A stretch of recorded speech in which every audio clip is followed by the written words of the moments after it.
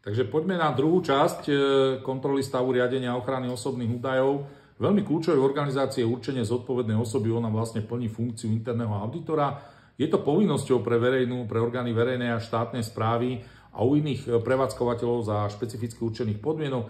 Samozrejme, jej určenie a teda rozsah práce je definovaný v paragrafe 44 a 46 zákona na ochranu osobných údajov.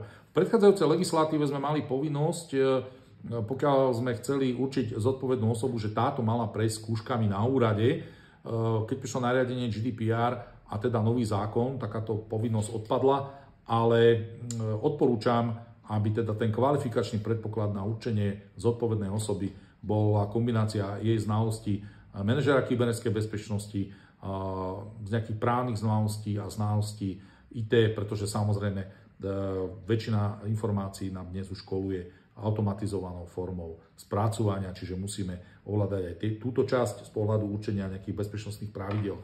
Pozor, pri interne určenom zamestnancovi takisto si treba dávať pozor na konflikt záujmov. Paragraf 45 odstavec 6 zákona na ochranu osobných údajov. Je to veľmi častý nedostatok, pokiaľ my poveríme výkonom interného auditora osobu, ktorá zároveň určuje účel a prostriedky spracovania pri konkrétnej agende, tak vlastne ho nutíme, aby interný auditor auditoval svoju vlastnú prácu, čo je nemysliteľné. To je práve ten konflikt záujmov. To sú oddelenia alebo odbory, kde máme, ja neviem, odbor miest a personalistiky, IT odbor, právne oddelenie a tak ďalej, vedúcich oddelení samozrejme. Ďalší stupeň kontroly, interná dokumentácia a procesy.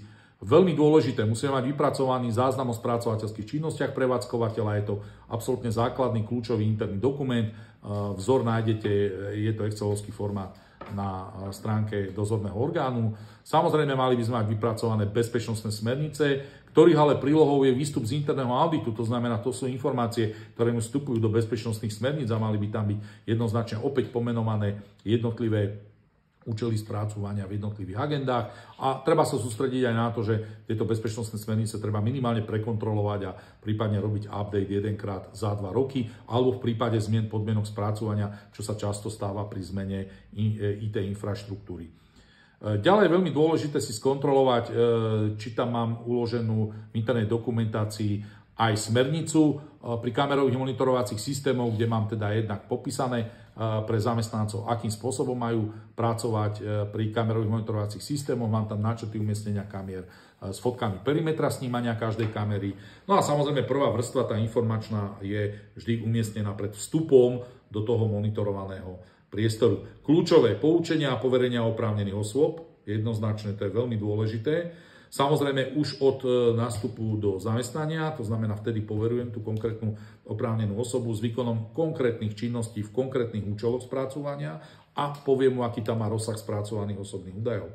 No a potom ďalšie doplnkové interné riadiace akty súvisiace s fyzickou objektovou bezpečnosťou, kľúčový poriadok, ja neviem, vstupy do nejakých zabezpečených priestorov a tak ďalej. Veľmi dôležité, pri právnom základe oprávnený záujem preskúmajte, či máte vypracované testy proporcionality. A samozrejme ich treba aj revidovať, kontrolovať aspoň raz za 2 roky. V prípade, ak nemáte, tak porušujete jednu zo základných zásad zákonnosti spracovania. Čiže to je veľký problém. Pri monitorovaní práce zamestnancov podľa paragrafu 13 odstavec 4 zákonníka práce ste povinní preukázať plnenie kontrolného mechanizmu a teda medzi iným aj prerokovať tento monitorovanie práce so zástupcami zamestnancov. To bola druhá časť. Ďakujem veľmi pekne za pozornosť.